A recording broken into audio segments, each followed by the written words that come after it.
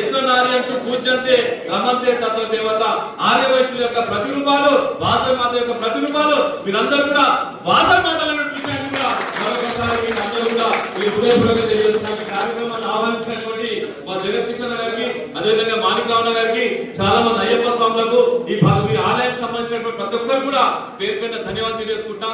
మన జీవితంలో మంచి ఎదుటి వ్యక్తులకు మంచి చేసేటువంటి ప్రయత్నం చేయాలి తప్ప కానీ ఈ బంగారం బిల్డింగ్ మన జీవితంలో ఇక్కడ శాశ్వతంగా ఇవ్వాలన్నా మనము వాసవి మాత శాశ్వతము, వాసవి మాత ఇచ్చినటువంటి ధైర్యం శాశ్వతము, వాసవి మాత ఇచ్చినటువంటి ఆత్మ గౌరవం చెప్తున్నాం కదా.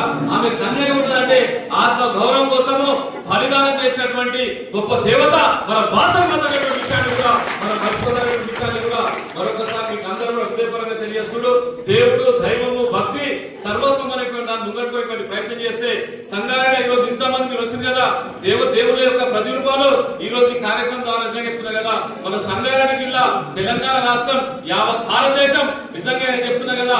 వాసవి మాత ఆలోచన తీసుకుంటే ఏ రకమైనటువంటి పంచాయతీలు కొట్లాటలు ఏం కాకుండా కూడా సంతోషంగా ఉండేటువంటి ప్రయత్నం చేసేటువంటి అవకాశం ఉంటుంది. ఈరోజు సాధస్పేట ఆదేశం మట్టుకు అదృష్టం వాసవి మాత నిండు కర్ణాకటాక్షాలతో మీ కుటుంబంలో ఆరోగ్యంగా ఆనందంగా సంతోషంగా చిరంజీవిగా చిరాయిగా సిరి సంపదలు ఉండాలనేటువంటి విషయాన్ని కూడా ఆ వాసవి మాత నిండు కోరుకుంటూ మీరు కోరుకున్న కోరికలు అన్ని కూడా ఆ వాసవి మాత జగన్మాత నెరవేర్చాలని చెప్పేసి